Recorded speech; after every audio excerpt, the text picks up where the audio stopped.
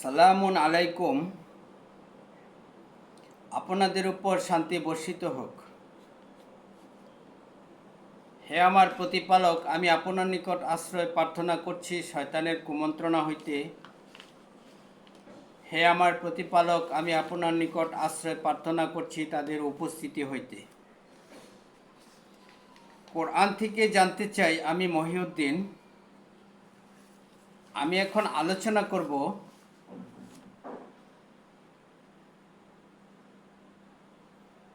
কারা আল্লাহ এবং ইমানদারদেরকে ধোঁকা দিতে চায়,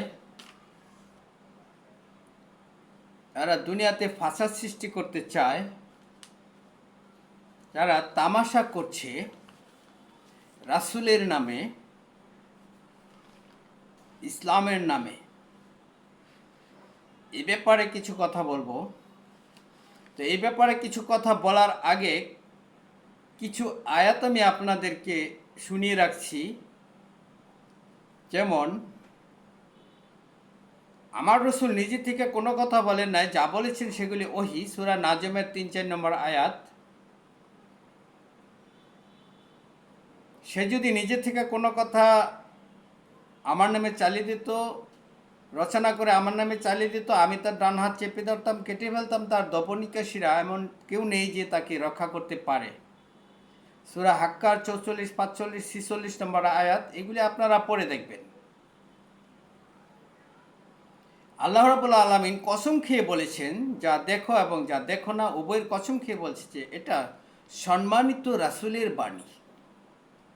এই কোরআনকে আল্লাহ রাব্বুল আলামিন রাসূলের বাণী বলেছেন। সূরা হাক্কার ৩৮, ৩৯, ৪০ নম্বর আয়াত।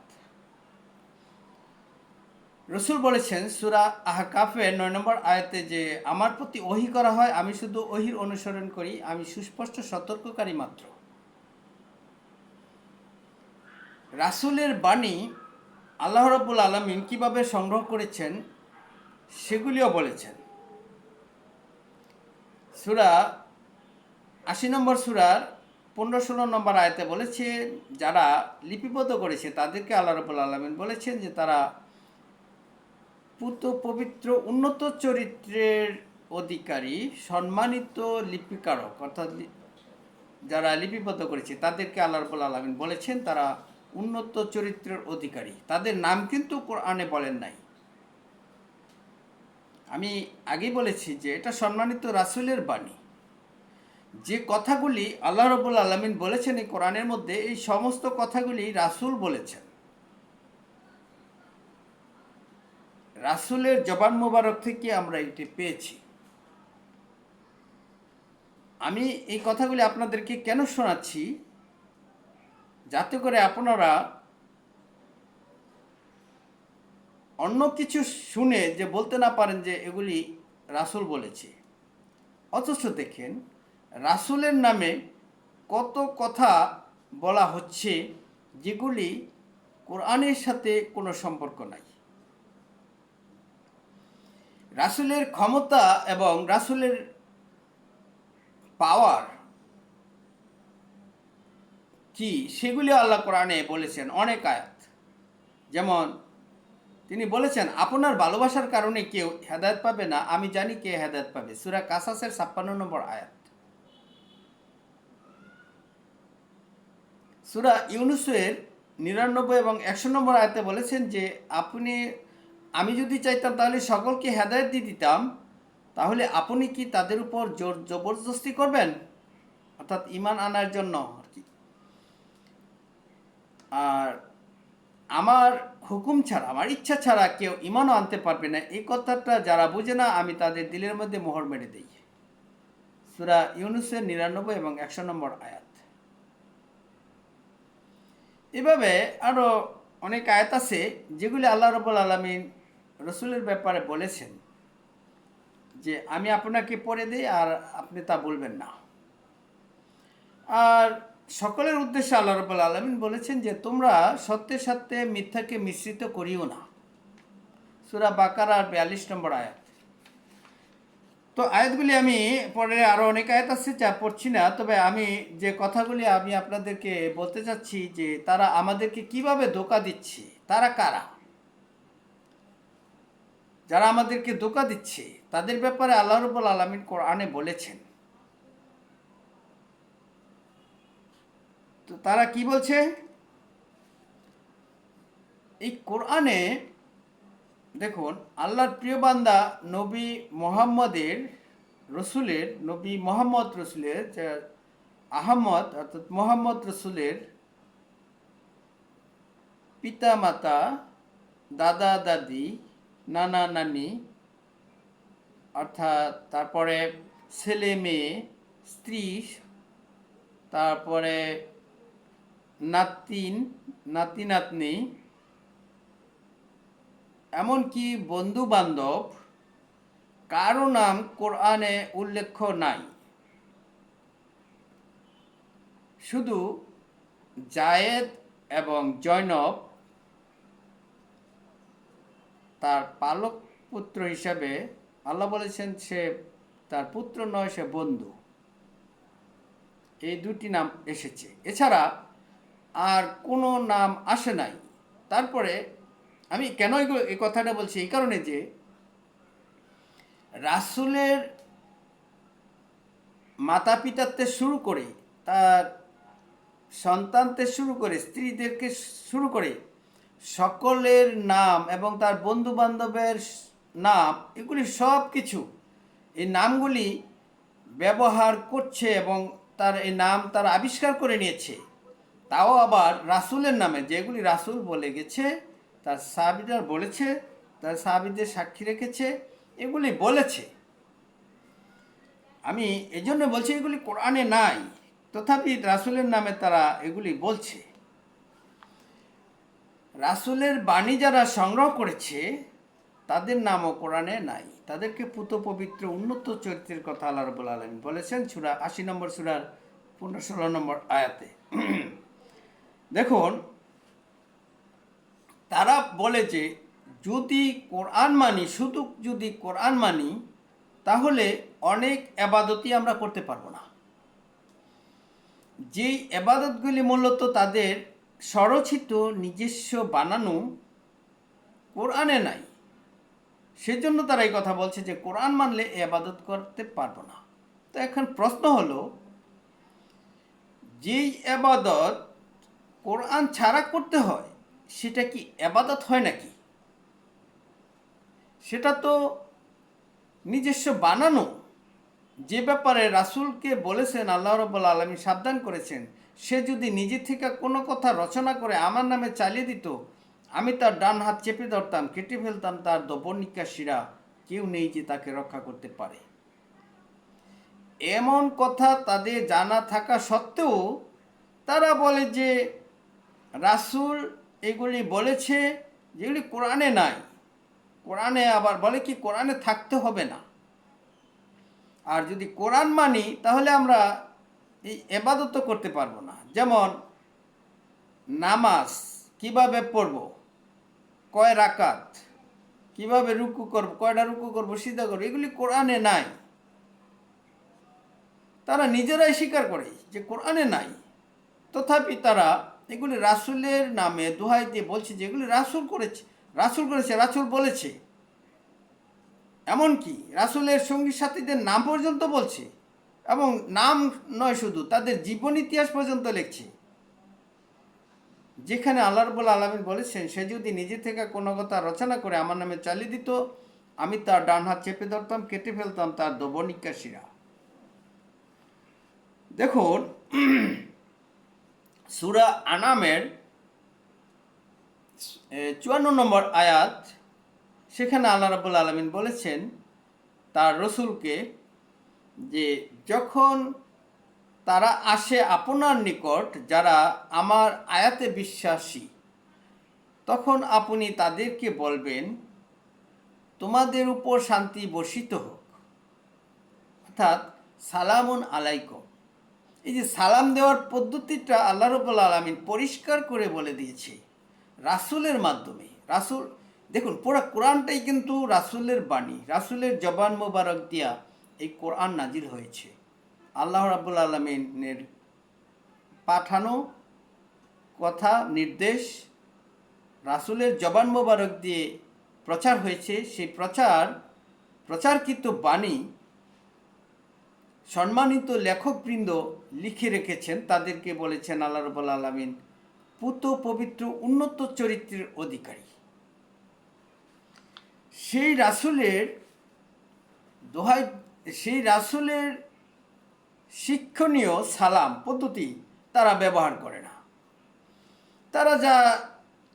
তারা মানুষকে শোনাচ্ছে, শিখাচ্ছে যে আসসালামু আলাইকুম, কিন্তু রাসূলকে আল্লাহ বলছে যে বলুন সালামুন আলাইকুম। তারা এই কথাটা মেনে নিবে না, এই কারণে যে তারা যে এত বড় শায়েখ হয়েছে, পণ্ডিত হয়েছে, বুজুর্গ হয়েছে, তারা যে এত বড় নামদাম কামাই করেছে, আসসালামু আলাইকুম এত এযাবৎ প্রচার করে, সেটি তো ধুলায় মিশে যাবে। তাদের অহংকার, গর্ব, তারা যে এত বড় হয়েছে, তারা তো নিচে নেমে যাবে। সেই জন্য তারা কোরআনের এই আয়াতকে পর্যন্ত মেনে নিতে পারছে না, পারে না, নেয় না, বলে যে এখনও বলে যে আসসালামু আলাইকুম। অথচ এবং তারা জানে যে নবী অর্থাৎ আল্লাহর প্রিয় বান্দা নবী মুহাম্মদ এইভাবে সালাম দিয়েছে সালামুন আলাইকুম, তারা এগুলো মেনে নিবে না। দেখুন, তারা ঈসা নবীর আগমনকে মানুষের কাছে প্রচার করে যে ঈসা নবী আবার এসে দুনিয়াতে ইসলামের বিজয় ঘটাবে, তারপর কিয়ামত সংগঠিত হবে।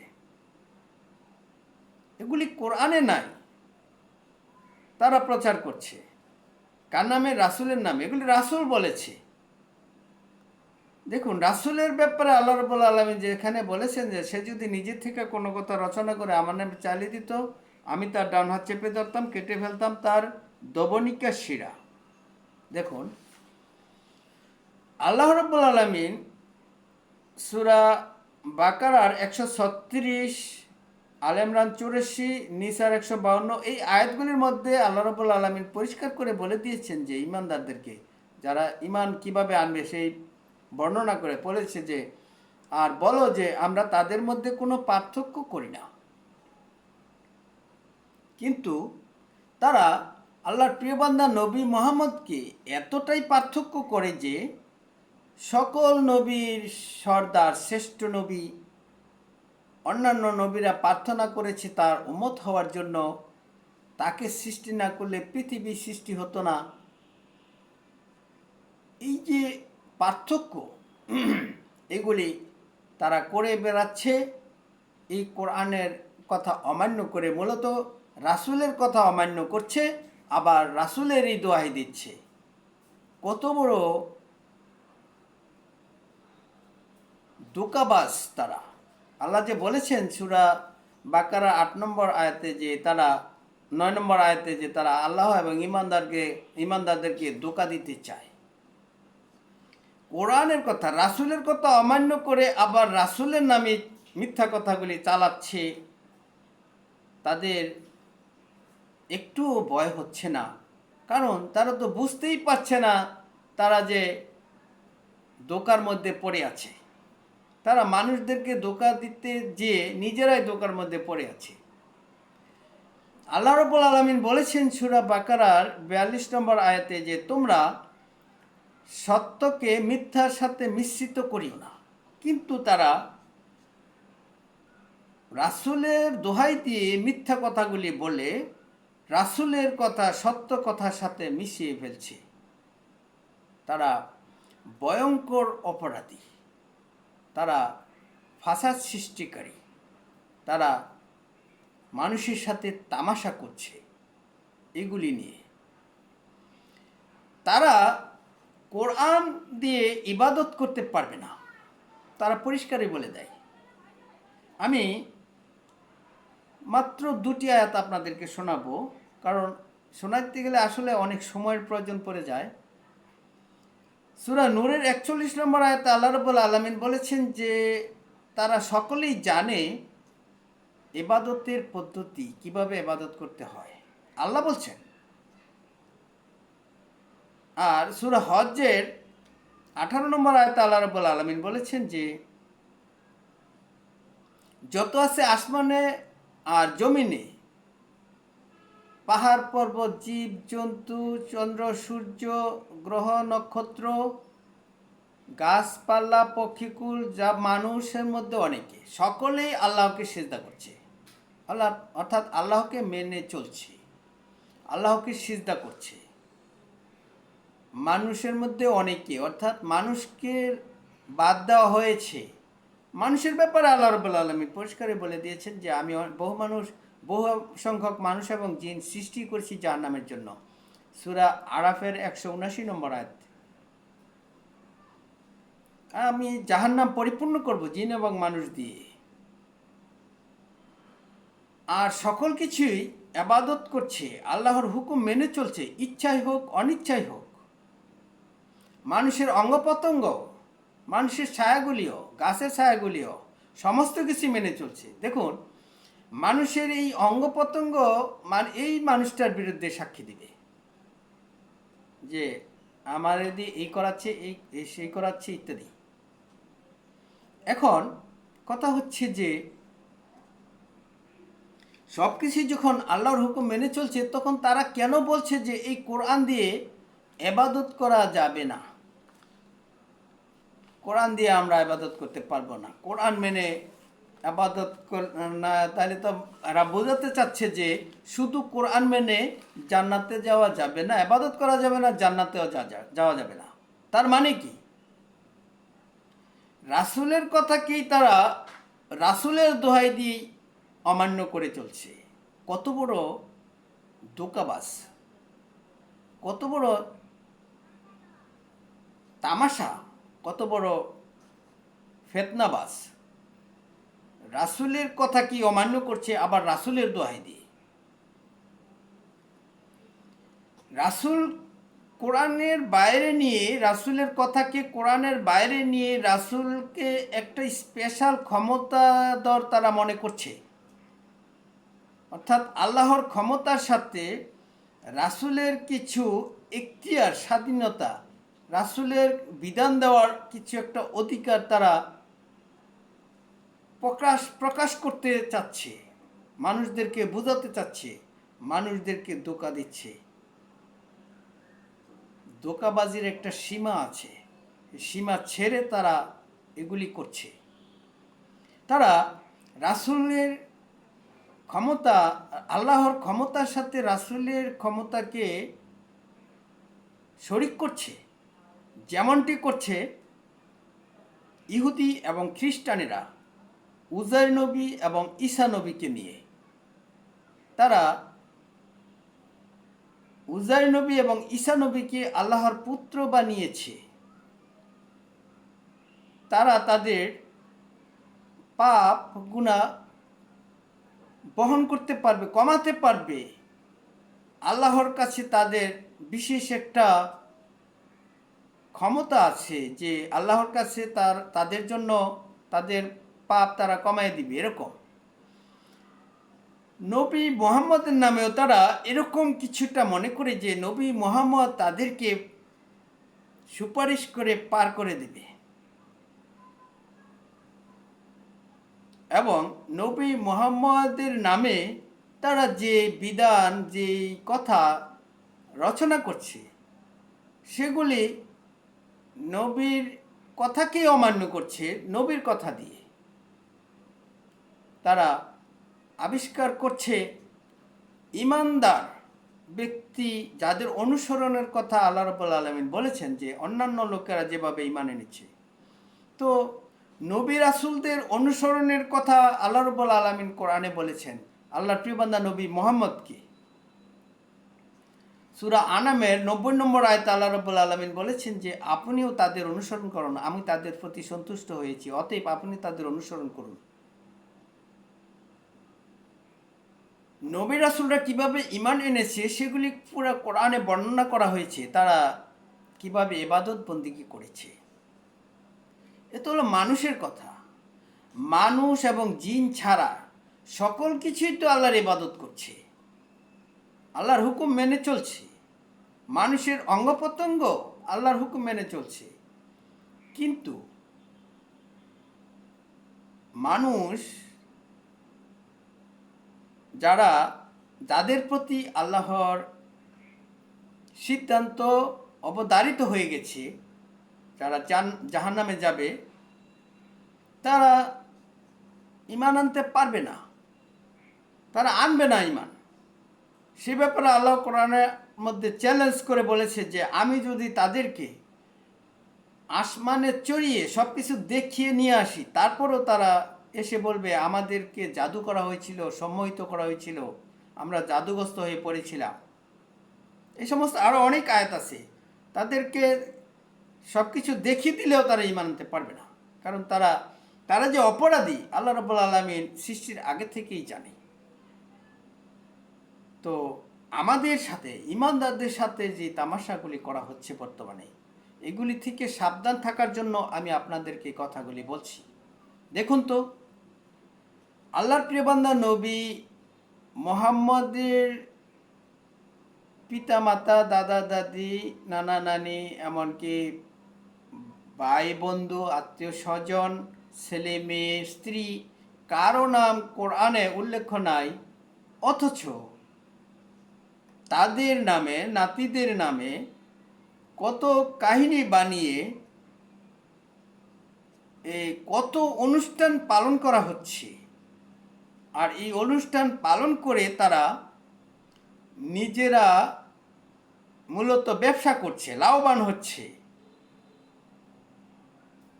তাদের অনুসারীদের কাছ থেকে তারা টাকা পয়সা নিচ্ছে, তাদের অনুসারীদের কাছে তারা বড় বুজুর্গ সেজেছে, তারা পণ্ডিত সেজেছে, শায়েখ সেজেছে, আর বলছে যে এগুলি রাসূল বলেছে। একটি নামও কোরআনে নাই।